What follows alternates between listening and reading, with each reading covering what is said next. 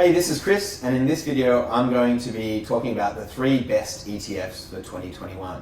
Now, before I get started, I should point out that these won't necessarily be the best performing ETFs, because every year the best performing ETFs tend to be small, obscure ETFs that follow something quite specific. It could be batteries, it could be Asian tech. In all likelihood, the best performing ETF is going to be one of these obscure ETFs that's quite hard to pick in advance. So if you want to have a few of these more niche ETFs in your portfolio, it might make sense as well. I'm going to be talking about the best ETFs to have in any portfolio in 2021. Now, the first of these ETFs is one that we've had in our portfolios for many years. It's the Vanguard Australian Shares Fund, or VAS. What I like about this ETF is that it's provided consistent returns, it has low fees, it's well diversified, it has perfect liquidity. It is just a great staple for any portfolio, and one I think any Australian building a portfolio should be considering in their portfolio.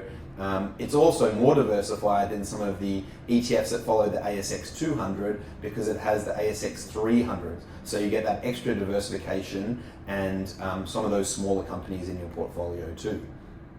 So the second best ETF that I think belongs in every portfolio is gold, G-O-L-D. Now, in a world of expanding central bank balance sheets, zero interest rates, and the monetization of debt, I really believe that gold is something that belongs in every portfolio out there.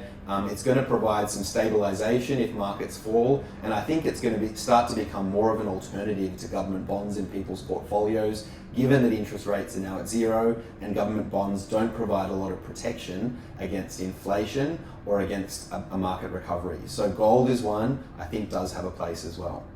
So the last of the 3 ETFs that I think are going to be some of the best ETFs to have in your portfolio this year is the Emerging Markets ETF, IEM. Now, emerging markets have really been left behind, left to the dust compared to US shares over the last 10 years, but I think the tides are turning.